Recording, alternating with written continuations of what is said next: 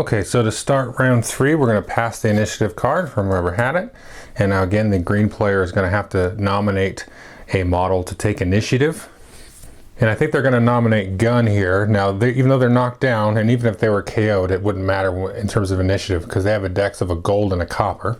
Because we really want them to be able to stand up and do something before getting beat on.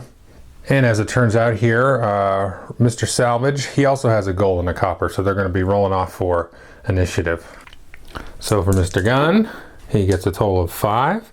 And then next for the Salvage there is only a total of 4. So we're going to keep the initiative here on the green player. And the first thing they're going to do for the first activation is going to stand up Mr. Gun and tower over Mr. Salvage. And I think actually what we need to do, he's going to face off here with the human grappler because remember, he's only got 1 stamina left. So he's just going to try a basic attack, which is 3 silver. Oh, he rolled terribly against 2 silver of the human. So he got actually 4 there. So that's nothing happens there. Now he's only got 2 activations left because it's 1 for the attack and 1 for the stand. But he's going to go ahead and try it again and try to knock him out. So 3. So you got a total of 5 there. And then these 2 here, and that's a total of 2. So we're going to knock him down. And we'll go ahead and remove the counter there and put a knockout counter on top of him. Now we could try to just lift him up and hold him, but then we're not going to be able to throw him until the following round, which is a waste at this point in time because we just started the round. So I don't really know what else to do. I guess we could turn here and try to attack Mr. Salvage, which will cause us to actually, well, take the no class action for doing the third action, the same action that you've already done twice. Let's clear these out and roll this, and we got a cheer, so we can do it. So we're going to do the attack again of 3. That's a total of 4, and then the defense there of Mr. Salvage is 2 of these, and that's a total of 4. So nothing happens there. Well, the humans are starting to dwindle down their options here. So I think what we're going to have them do is we definitely need to insert a little bit of our influence here. So we're going to activate, oh no, we can't activate anybody except here Mr. Salvage, which I was just about to forget. Because remember, that's who we nominated. So we have to activate him. And if you remember, we had a failed activation marker, so we're going to take that off. He's only got 4 activation points left at this point. But we're close to the turnbuckle, so I think we're going to try to do that. So we're going to go 1 movement, and then we're going to use 1 activation, so now we've got 3 left. And I think we're going to try to jack up Mr. Gun here. Now you have to be careful with Mr. Gun because he's got a special ability called Hulk Out, where he's actually going to beef up his attack stack once he gets under a certain amount, and he's just about to go under that amount. So you really want to make it count. You got to take him out. Don't leave him with just 1 hit point left. Now the nice thing is he's already activated for this round, but you really want to make sure he gets taken care of this round. Somewhat thematic if you remember wrestling from the 80s. Let's go ahead and flip this over. We can take a look at the diving double axe. So this is now all we can do because this is going to be 3 activation points, 2 silver, 2 copper. It's going to be 3 damage, which is, it's going to trigger his Hulk out mode, but it is what it is. We got to do something. We'll be able to do some more reactions at this point. So I think he's just going to jump down here. Because remember, you go to the range and then you go somewhere adjacent. I don't want to get him mixed up in here, having folks try to come through him. So he's just going to jump down there, and now he's going to roll his 2 silver, 2 copper against a gold and a silver. So here's the 2 silver, 2 copper. Eesh, terrible. Only 2. Until against a gold and a silver for defense. Could be bad. Oh, it is bad. So here we've got 6 to 2, so that's going to be a reversal. Now it's not a horrible reversal in this case because it was only by 4, and all it is an activation ended immediately. So I had some movement points left that I maybe could have used. Oh no, I didn't. I think I was out of movement.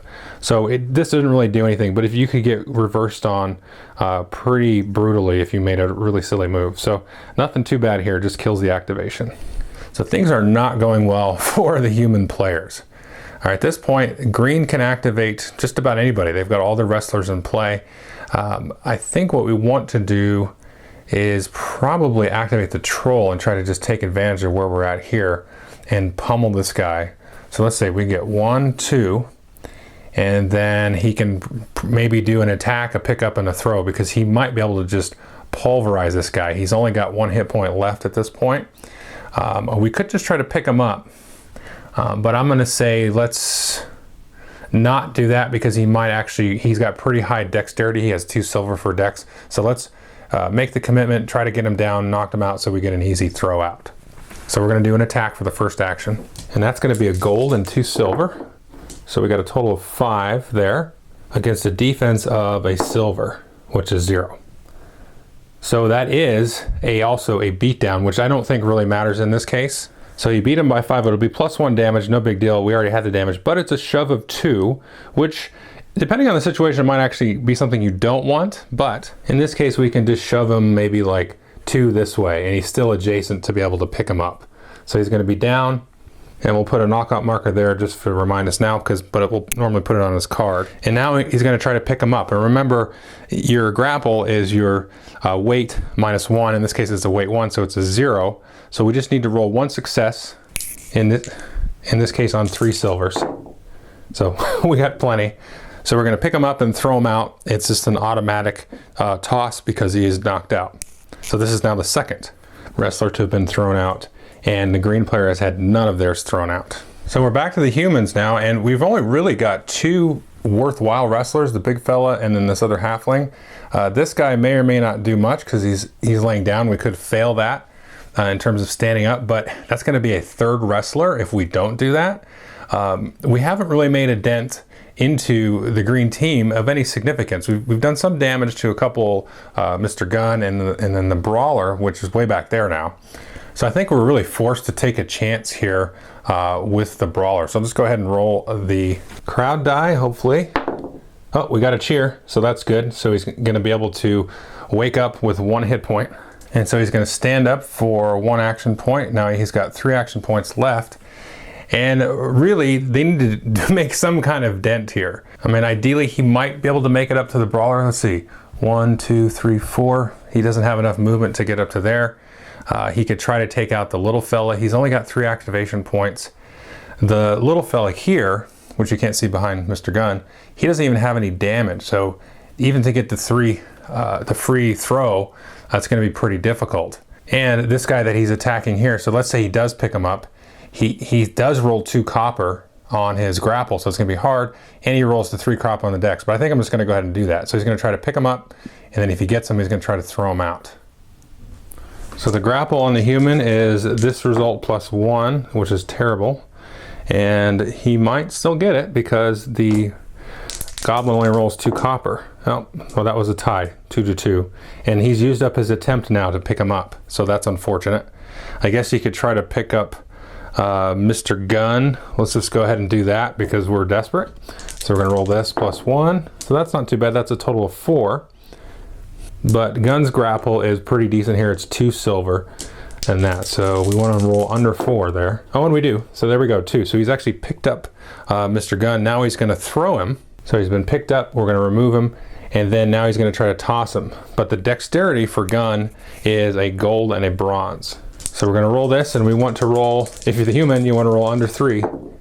Oh, and we do. He did toss him. He only rolled the 2 there. That's quite unlucky. So our superstar is now down and out for the count. There we go. And the grappler is now out of activations and super vulnerable right now because he's on the edge of the ring with only 1 hit point left. So I think what we're going to try to do is we're trying to beat him down again because we've got 2 throwers here, but we've got a little bit of a trick. We're going to move this guy back 1. So we used up 1 movement point. Use 1 AP on the rope. So 1, 2, 3, 4, 5. And then we're going to use our 2nd and 3rd movement here. Actually, we're going to go use our 4th movement right there because we still want him to be able to get in. So we've now used up 2 activations because we did 1 with the rope, 1 with this marker here. So we've only got 2 left. So we're just going to try to lay the beat down on him and knock him down. So it's going to be 2 silver and a bronze on 2 silver. So that's a total of 5. And then as the defense, so that's a total of 0. So that's going to be way more than enough. That's actually going to be more than we actually want.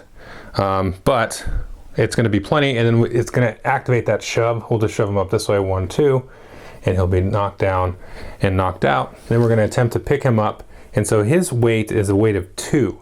So he's actually got a grapple of 1. So we need at least 2 successes with this guy So we're just going to leave him there. We're not really going to do much else with this guy. I guess we could use, no, we can't use his crowd ability because it costs 2 more actions and he's still got 1 left over.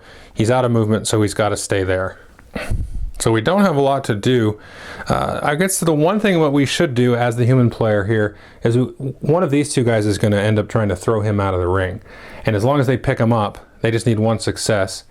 And if we're looking at the grapple stats here, he's definitely got it better. So we're going to move this ogre up 1, 2, 3, and he's going to start to pile in here, and he's going to hopefully try to do some damage to him and, you know, get him out of the way, maybe shove him or something like that. So his attack actually is a gold and a silver +1 against his defense of a silver and a bronze. So gold and silver +1, so that's going to be a total of 6, and silver and a bronze. This could be good.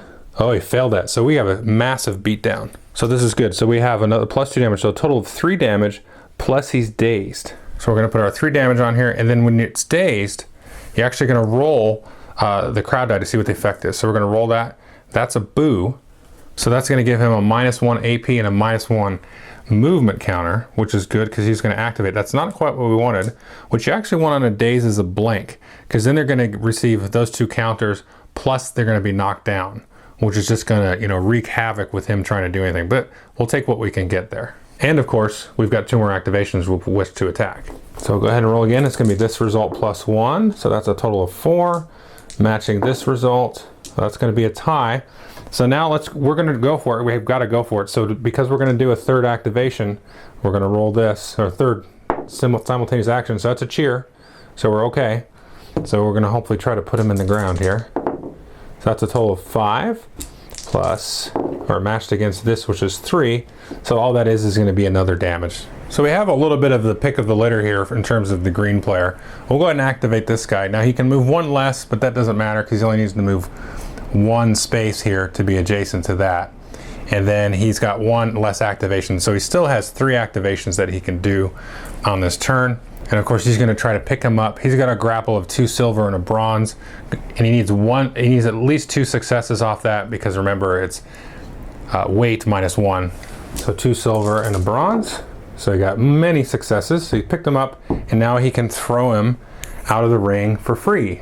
So that is now the 3rd of the humans to be knocked out to the greenskins 1. Now all that the humans have left to activate is this little fella here. So he's not going to be able to do a whole ton of things. There's not really anybody that is very damaged. I mean, the 2 orcs are a little bit, but he's going to just get himself in trouble trying to get over there. What he can do though is this lets him go. It's a sort of desperate and silly 1, 2 activation point for here. So now he's 1, 2, 3, 4, 5, 6. He can be adjacent to him and attack him with his turnbuckle. So I'm just going to put him back here as the spot that he ends up landing, and he's going to try his turnbuckle attack. So that's going to be an attack of 2 silver and 1 copper, and that's only 3 results against the defense of a silver and 2 copper. Well, that's only 1 result, so that's just going to be 2 damage in that case. And it also has a shove of 2, but there's no good spot to shove him. So I'm just going to have him go 1, 2 here. And then we'll do, since he's still peeking out on this side here, he's going to do an attack, a basic attack for his last action. And his basic attack is copper +1, so he's got a 1, and he's going to attack against a defense, again, of a silver and 2 bronze. So doesn't succeed. He's lucky he didn't get reversed, but the troll doesn't have very good defense. He's got a whale of an attack though. Now we've got just 2 more activations left. The humans are done. The greens are ready to go. This guy doesn't have any damage on him. This fella doesn't either, but he's a little bit smaller. So there's a few things to do. Let's just have, we'll just have this guy go 1, 2, like that. I don't remember if he was here. I don't think it matters.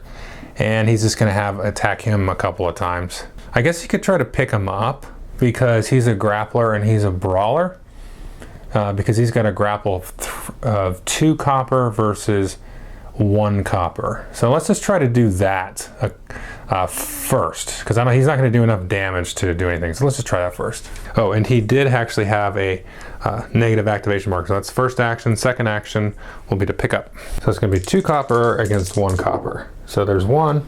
And then if he did roll a blank, oh, he does roll a blank. So he did pick him up. And then now we're going to try to, we need to actually move. So we'll just kind of move him right here because he's still got a couple of movement left. And he's going to try to throw him. And the dex of the halfling is 2 silver. And he did not get it. So he is also out of the game. We'll pluck him there. And we'll just turn the card over there. And he's now out of the game. And so now you can see the only 2 wrestlers left here are the ogre, who's taken a chunk of damage, and then Mr. Salvage here, who has been untouched and also basically worthless. And we're going to do another little sneaky move here. We're going to move him up 1, 2, do the rope action, and this is a rocket action. So let's go 1, 2, 3, 4, 5, 6, 7, 8. But it's not quite enough. But he's just going to do the normal action 1, 2, 3, 4, 5. And use his last 3 movement to get up to here. Now he's actually going to try his crowd ability, which is going to beef up his attack. So let's see if we get it. And we did get it, so we got a cheer there. So that's going to be good. Now he's going to attack, let's see, use 1 action to do the rope action, and then 2 to do the crowd action. So he's got 2 more left. He's going to do 2 attacks. So that's going to change his attack into a gold +1. So we'll go ahead and roll that. So that's 4 against 2 silver defense. So that's that. So that'll be 1 damage, and then we'll just do it all again. Gold +1, which is 3 to 5. So he just did 1 damage to Mr. Salvage. So we're going to go to round 4, and you might say, why aren't you stopping? It's over. Well, I've seen comebacks, and I think we might get a little bit of a comeback. I think it's a foregone conclusion that 5 versus 2 is going to win, just because of the amount of activations. But you know, you could get a streak of bad dice. The humans have frankly had a little bit of bad luck with the dice throughout this game, so maybe it'll swing back the other way, maybe it won't. So, but I think at this point I am going to go ahead and call it, because here's the deal. He's going to get to activate, we do nothing, and then in the last round I could just kind of scatter everybody, because at the end of the 5th round it's whoever has the most gold worth of stuff on the board. And right now the humans only have 600 gold worth, and these guys are up over 900. So even if they plucked off maybe one, they'd have to pull off 2 of these in the turn. So at this point, it's not really worth, you know, playing out all the way. Okay, so that was a playthrough of RUMBLESLAM. Now, what do I think of the game? Well, I think the game is an absolute blast. It's super fun. Let's walk through the components first and then kind of get into the gameplay and everything. Like I mentioned towards the beginning of the playthrough, the miniatures are awesome. They're a different kind of resin. So I've worked with some resin miniatures over the last year or so, and this is a little bit like sturdier of a resin. It doesn't have that like sort of rough edge.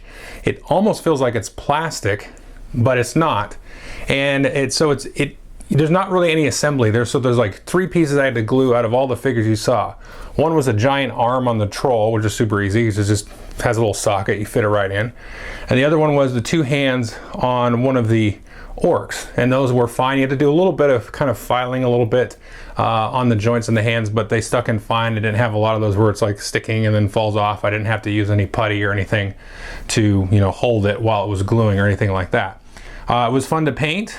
There's a ton of different wrestlers you can get for this. So if you don't like the orcs and the humans and all that stuff, you can get like an all-female team. You can get kind of a wood elf team. You get like a vampire sort of, it's not vampires, but it's sort of like a undeadish kind of thing. There's like werewolves. There's all kinds. There's a ton in the book and on their website. And there's some that isn't even in the book, and you can get all these extra special superstars which have references to like there's sort of Street Fighter references, there's WWF references, there's like a Ninja Turtle looking kind of guy. So there's all this kind of fun stuff that you can add in there. The gameplay itself is super snappy once you get the hang of it, but there is like a good amount of tactics in the game. It's like, okay, do I spend this activation here to, you know, risk doing the crowd action to try to get a boost for the rest of my team or for the rest of this round? And like the timing of that is pretty important. It's something that I'm still kind of like learning, is when it's good and when it's good to take the risk and when it's not good to take the risk. There's a lot of good kind of positioning and stuff like that, and sort of screening off some of your higher hit point guys, your higher stamina guys, and then sneaking the other guys around, or making sort of a leap from a turnbuckle where it's like, oh shit, I was, you know, 6 spaces away And I didn't realize it because I was so worried about this little melee that was happening in the middle, this little scrum. And then, you know, your halfling flew off the top and then did some extra damage, and now I'm on the ropes and I've already activated that guy. So there's all that kind of timing thing that you've got to consider.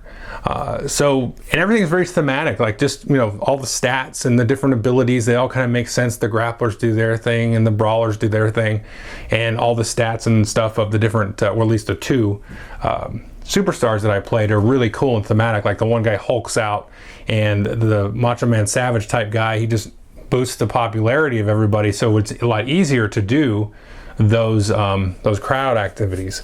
Now, one thing I didn't do, because I said I'm not going to try to do it because I'm going to forget, because I'm, you know, trying to record and do all this stuff. But if you do keep all of the wrestlers from the same casino, and on the backs of the cards they have like the casino or the team that they belong to, then you unlock like this one super once per battle type ability. So it kind of forces you, you know, in terms of building your team to do a certain thing, but then you can choose from like one of 6 different special abilities that'll help like swing the game. So that's something that I could have done maybe with the humans that I didn't actually get to employ, just because I know I'm going to forget it, because I've forgotten it just playing the game normally, let alone, you know, recording a video of it. So that's a cool thing you can do, but you can mix and match across. You can mix green bruisers with the humans and all that stuff like that. So that's pretty cool. Yeah, so I think everything is really reasonably priced. I can't remember, this is like 50 or 60 bucks for this. You do get the miniatures and you get the cool mat and all that stuff. And then, but if you wanted to get like just a team, let's say your buddy got this and you're like, I don't like those 2 teams, I want to just get a team. It's about 30 bucks for a team of 5, which is a pretty good deal. I mean, the miniatures are good quality. You know, for Warhammer, you pay 30 bucks for 1 miniature sometimes.